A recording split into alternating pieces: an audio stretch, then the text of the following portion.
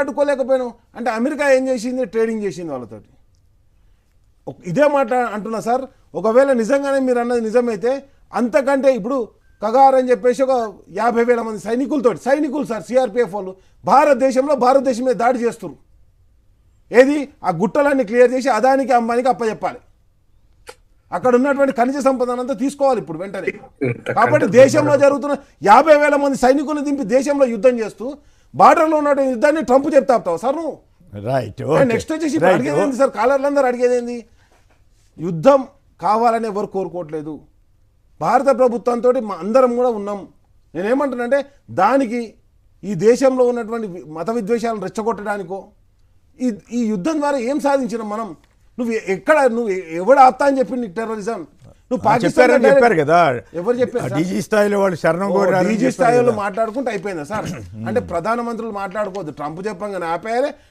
వాళ్ళు మాట్లాడుకుంటే ఆఫీసర్లు మాట్లాడుకుంటే అయిపోయింది, అంతేనా సార్? రైట్. ఒకసారి ప్రకాష్ రెడ్డి గారికి అవకాశం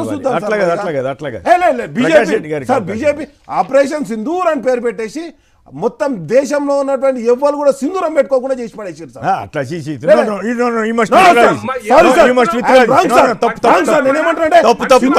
దాన్ని పేరు పెట్టుకొని మతాన్ని అడ్డం పెట్టుకొని దేశాన్ని వెళ్ళడానికి ప్రయత్నం చేస్తున్నారు. ఎక్కడ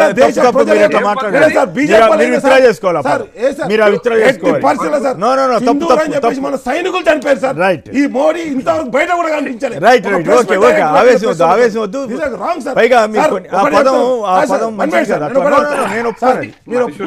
నేను ఒకటి చెప్తున్నా సార్, త్రివిధ దళాలతో ప్రెస్ మీట్ పెట్టిస్తాడు, వాళ్ళతో క్వశ్చన్లు అడిగిపిస్తాడు. అదే విధంగా ఇస్రో తోటి ప్రెస్ మీట్ పెట్టిస్తాడు. ప్రధానమంత్రి ఎందుకు ప్రెస్ ముందరికి రాడు సార్? పెట్టారు కదా, మాట్లాడారు కదా, వీడియో రిలీజ్ చేసి ఎక్కడ ఉన్నాడు? ఒకసారి ప్రకాష్ రెడ్డి గారు దీనికి సమాధానం చెప్పండి. ప్రధానంగా ట్రంప్ విషయంలో కాస్త ఎక్కువ నెగిటివ్ వస్తున్నట్టుగా అనిపిస్తా ఉంది, మీరేమంటారు సార్? ముందు రాకేష్ మాట్లాడిన మాటలు టిఆర్ఎస్ మాటలు అయితే ఇంతకంటే దేశద్రోహ పార్టీ స్టార్ట్ అయింది. ఈ భజన స్టార్ట్ చేయి.